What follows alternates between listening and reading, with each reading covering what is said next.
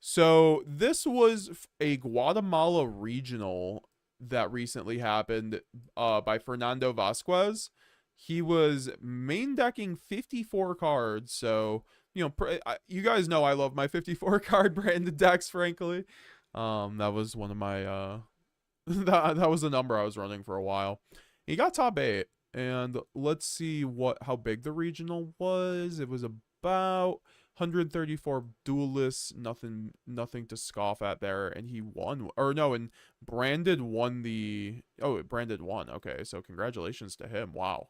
Um, so he piloted Branded with no triple tactics thrust. This is a budget branded deck list, guys, that just won a regional, and the how much is the deck? It's $150, guys, and this is with super polys. So you can obviously take out like some of the more expensive options, but this deck list is super cheap, and he is running it without triple tactics thrust, which really does show you. It goes to the theory I've been trying to push, that branded is really good even in a budget scenario, even without triple tactics thrust. And I have always advocated for Nadir Servant actually over triple tactics thrust, and this guy's just getting ready for the new meta, because I think Nadir Servant will be really good into the new Max C meta, where we're going to have a new Max C coming out in the next format. So we're going to have ways to really play around extra deck draw, or something from the extra deck or the deck, and Nadir Servant's the perfect way to do that. He's also running the Maximus package, so we'll just go card by card and kind of do a pseudo deck profile and kind of break it down, because I've ran pretty. This is basically the same list I have for my budget deck profile, except I have 6 more cards in it.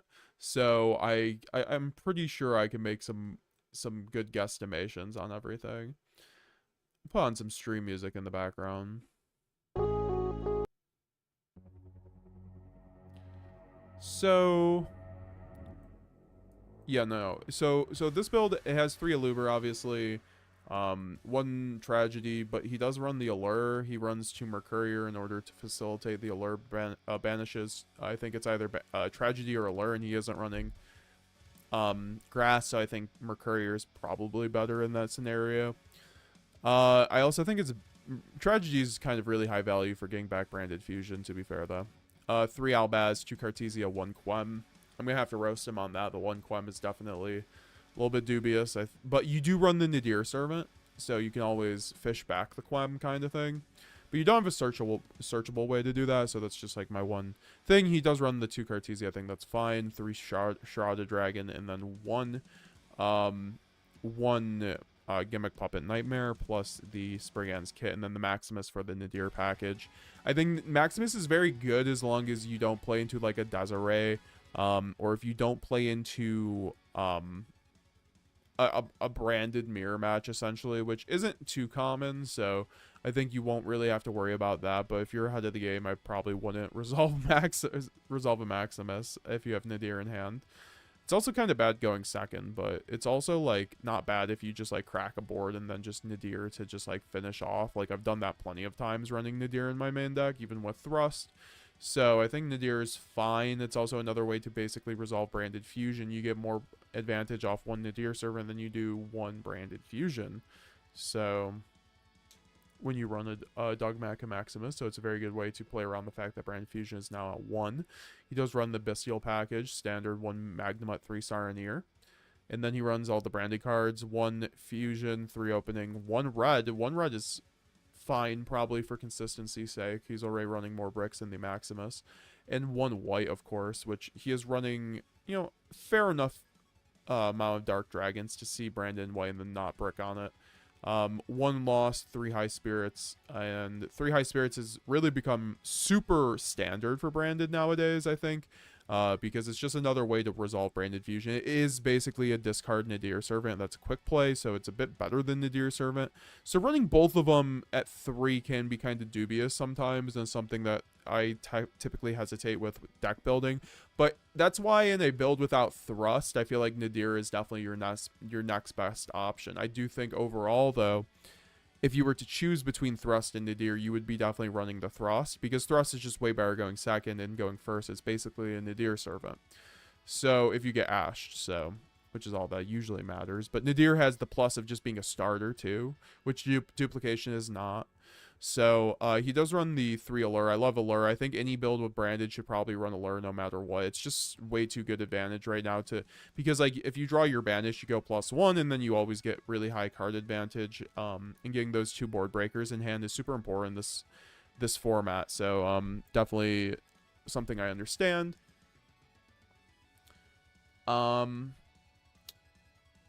Yeah, and then 3 Book of Eclipse and 3 Super Poly.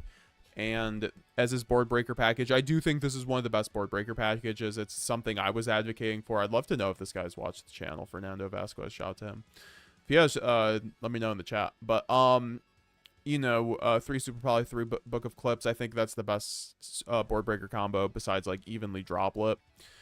And he does run Droplet evenly in the side deck, as you guys see. I think like if you've done enough testing with Branded this format, like, and you put those 2 cards together, something kind of clicks where you're like, oh, evenly Droplet's actually the best board breaker combo in the format because it straight up cooks Vrudra, Caesar, Desiree. It straight up cooks that board versus Yubel. So that is, it cleans up the whole board. It's fucking nuts.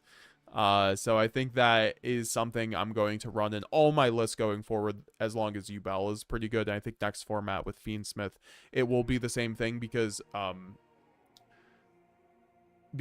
obviously the next best deck is likely going to be hyped up to be Fiendsmith Snake Eye because the Azamina cards basically giving them their starters back. All their 1-card starters back. So I think, I mean, we'll see. We'll see, right? Like, I think with Molcharmi, Yubel gets a little worse. So, like, Yubel, like, arguably has to start, like, reassessing things. Like, am I gonna start, like, not running the Fiendsmith package and play a little bit lower to the ground so I don't just give 5 free draws off Molcharmi? So I really like this list. The Super Poly is pretty good. He runs Garura as his only target, not even citing the Mud Dragon. I think that's kind of, I mean, it worked out for him. It obviously worked out for him.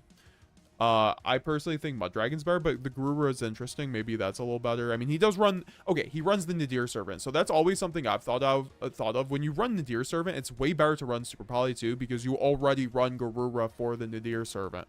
So you can send it off of Nadir and then get Maximus off the Nadir and summon Maximus, and you get a draw off of Garura, and then you can go Maximus, send Albion and Titaniclad, and then you full combo. Or you could even send Luluwal Lilith in this case.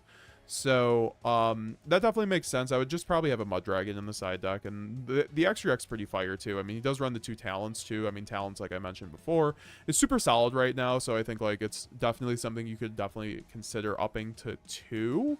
I wouldn't say 3 is always pretty dubious, but, you know, I think it definitely is a very good option in Branded, obviously. So he does run the Luluwal Lilith, though, and the extra deck has the spicy tech. He does run Quertus, though, which is interesting. That is 2 targets for Grand Guignol, which I like, but he's missing out on 2 Mirror Jade and Alba Lenatus and Light and Darkness Dragonlord, and he does side the Light and Darkness Dragonlord plus the Masquerade, which is just fine. I think right now actually siding extra deck cards is pretty good, especially in a bigger build, because you're much more likely to go into your extra deck than see cards in a 50 card plus build from your side deck. So I think like siding extra deck cards is just fine right now.